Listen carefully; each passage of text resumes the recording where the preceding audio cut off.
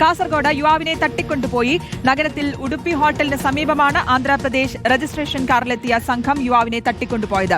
4 അംഗ സംഘമാണ് കാറിൽ ഉണ്ടായിരുന്നതെന്ന് ദൃക്സാക്ഷി പറഞ്ഞു. കാസർഗോഡ് ടൗൺ പോലീസ് അന്വേഷണം ആരംഭിച്ചു. പള്ളിക്കാരെ ഇവിടെ നിന്നിട്ടുണ്ട്. ഹോട്ടലിൽ വായിച്ചിട്ട് യാതൊരു ബന്ധമില്ല, കസ്റ്റമറൊന്നുമല്ല. നടന്നു ഇങ്ങനെ സാധാരണ ആൾക്കാർ നിൽക്കുന്ന പോലെ നിന്നിട്ടുണ്ടായിരുന്നു.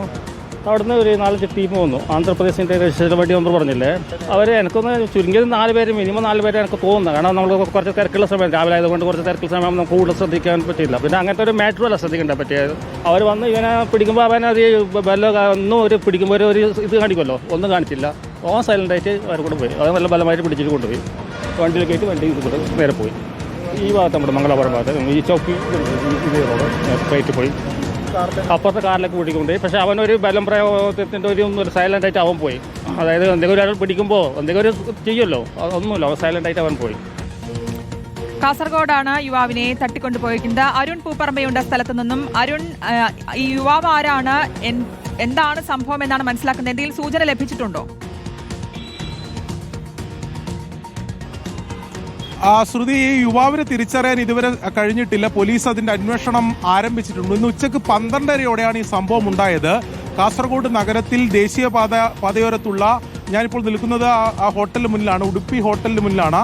ഈ ഹോട്ടലിന് മുന്നിൽ റോഡിന് മറുവശത്തായിരുന്നു ഈ ആന്ധ്രാപ്രദേശ് രജിസ്ട്രേഷൻ വാഹനം ഉണ്ടായിരുന്നത്.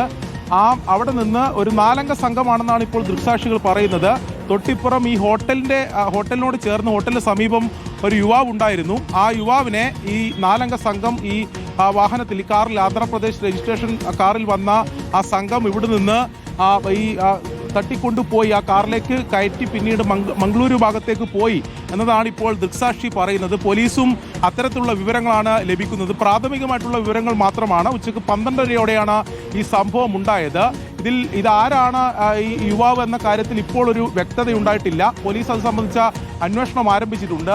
ഈ ഉടുപ്പി ഹോട്ടലിൽ ഉൾപ്പെടെയുള്ള CCTV ദൃശ്യങ്ങൾ ഇപ്പോൾ പോലീസ് ശേഖരിച്ചിട്ടുണ്ട്. ആ CCTV ദൃശ്യങ്ങൾ പോലീസ് പരിശോധിച്ചു വരികയാണ്. എന്താണ് ഇതിന്റെ കാരണം എന്നതിന് ഒക്കെയുള്ള അന്വേഷണമാണ് ഇപ്പോൾ പോലീസ് നടത്തി വരുന്നത്.